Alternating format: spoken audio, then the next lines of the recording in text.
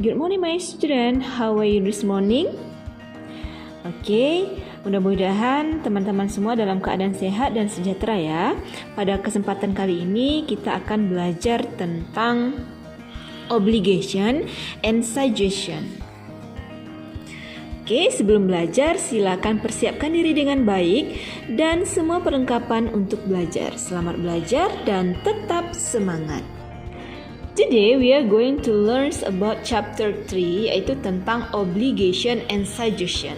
Teman-teman kelas 8 boleh melihat di LKS-nya di halaman 21, yaitu tentang we know that what to do.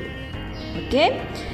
Adapun tujuan pembelajaran kita pada hari ini yaitu tentang menyusun teks interaksi tradisional listen dan tulis sangat pendek dan sederhana yang melibatkan tindakan memberikan dan meminta informasi terkait tentang keharusan, himbauan ataupun fungsi sosial, struktur teks dan unsur kebahasan yang benar sesuai dengan konteksnya. Oke, langsung saja kita kepada pengertian obligation. Obligation is the state of being obligated to do or pay something. Obligation can be described as something you must to do. Obligation adalah situasi di mana kita harus melakukan sesuatu karena itu adalah tugas kita atau yang kita janjikan karena sebuah aturan ataupun yang lain-lainnya. Ketika kita mengungkapkan keharusan dalam bahasa Inggris, kita bisa menggunakan kata-kata yang ada di bawah ini. Yang pertama adalah have to dan must. Have to atau harus merupakan modal verb yang digunakan untuk menunjukkan kata yang kita harus lakukan. Oke, di sini ada contohnya. I have to go to at 7 o'clock. Saya harus pergi ke sekolah pukul 7. Selanjutnya ada nomor 2. Do you have to go? Kamu harus pergi. Di sini jelas kita harus menunjukkan hal yang memang harus kita lakukan. Teman-teman bisa menggunakan have to. Selanjutnya menggunakan must atau harus.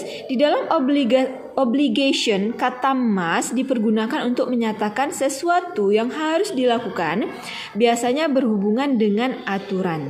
Nah, di sini kita lihat ada struktur obligation, yaitu pertama ada subject plus must and plus verb one. Verb one sama juga dengan kata kerja bentuk pertama. For example, you must study hard. Kamu harus belajar dengan giat. And then number 2, you must speak louder. I can hear you. Nah, kamu harus bersuara keras. Saya tidak bisa mendengar kamu. Oke, kata-kata must dipergunakan untuk menyatakan sesuatu yang harus dilakukan, biasanya berhubungan dengan aturan-aturan. Oke, selanjutnya kepada materinya suggestions atau asking giving suggestions. Pengertiannya, suggestion is an idea that is suggest. It is an idea, plan or actions and option for someone to do. Suggestion adalah ungkapan saran atau himbauan yang dapat digunakan dalam bentuk saran. Misalnya kalian mempunyai teman yang nilainya kurang bagus karena malas belajar. Nah, kalian dapat memberikan saran dalam hal itu supaya temanmu itu mau belajar dan nilainya bagus.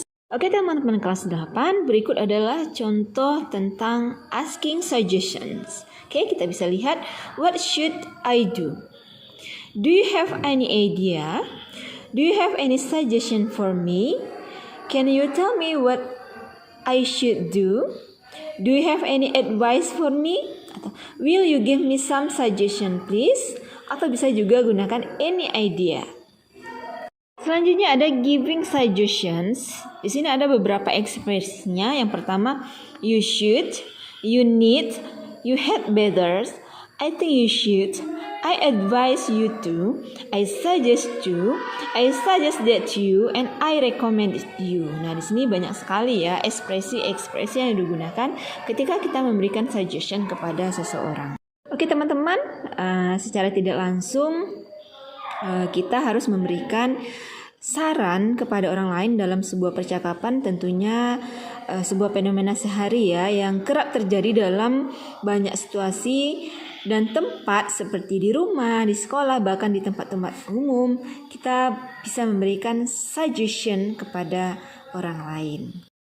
Oke, sekian materi kita pada hari ini. Belajar adalah pilihan.